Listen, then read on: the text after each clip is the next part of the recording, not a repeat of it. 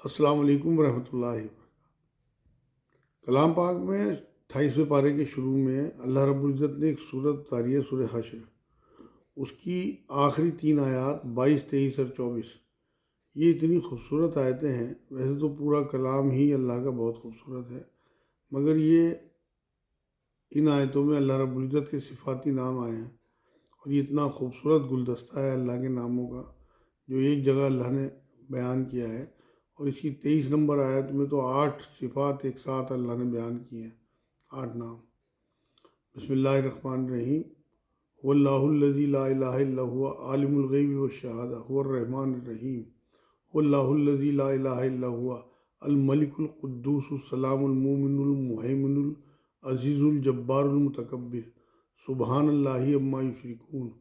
هو اللہ الخالق البارئ المصور له الاسماء الحسنی یسبح له ما فی السماوات والارض وهو العزیز الحکیم۔ یہ 8 صفات تو 23ویں آیت میں ہیں، اور 24ویں آیت میں بھی اللہ کی صفات ہیں، اور اس میں کہا کہ یہ خوبصورت نام اللہ کے ہیں۔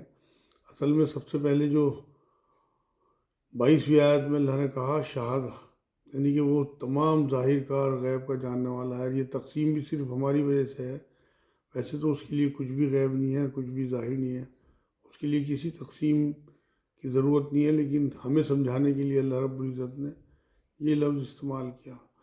اور آخری جو آیت ہے اس میں اللہ نے کہا کہ میں نے اپنے آپ کو خالق بتایا، کہ میں نے بنایا ہے، اور مصور بتایا، باری بتایا، مطلب وہ جو ہے نقشہ بناتا ہے، اس کے بعد پھر تخلیق کرتا ہے، اس کے بعد ہمیں وجود بخشتا ہے۔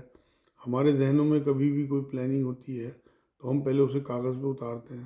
تو اللہ رب العزت نے اس کائنات کا بھی یہی کیا ہے کہ جب اللہ کے ذہن میں اس کائنات کو بنانے کی آئی تو پھر اسے اپنے ذہن سے نکال کے اس کائنات کو تخلیق کیا، اور اس میں شروعات انسانوں کی جب ہوئی ہے وہ آدم علیہ السلام سے اس کی شروعات کی۔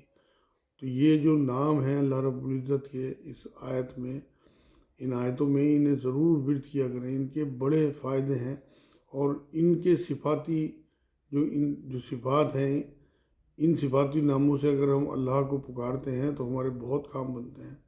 کیونکہ جب آپ اس کا ترجمہ قرآن میں پڑھیں گے تب آپ کو اندازہ ہوگا کہ اللہ کیا نہیں کر سکتا، جب اس نے ہمیں بنا ہمیں بتائے، بنا ہماری نالج کے ہمیں تخلیق کر دیا، تو وہ کیا نہیں کر سکتا ہمارے ساتھ۔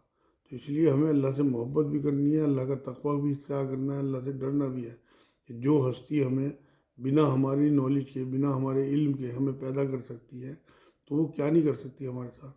تو اس لیے ہمیشہ اللہ رب العزت کو ذہن میں رکھیں، دل میں رکھیں، اس سے محبت کریں، اس سے باتیں کریں۔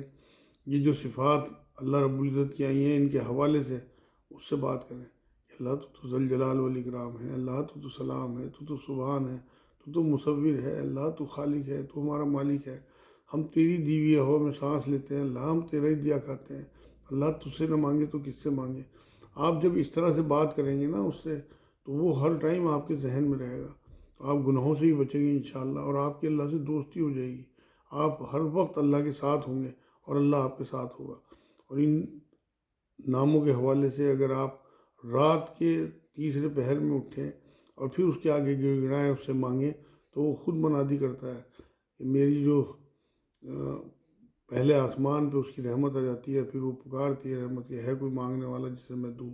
تو وہ جو رات کا پہلو ہے اس میں جب ان صفاتی ناموں کے ساتھ آپ اللہ کو پکاریں گے تو انشاءاللہ تعالیٰ آپ کی کوئی حاجت ایسی نہیں رہے گی جو باقی رہ جائے۔ تو وہ اتنا خوبصورت گلدستہ اللہ رب العزت نے ہمیں ایک نعمت کے طور پہ دیا ہے، اس کا ضرور فائدہ اٹھائیں۔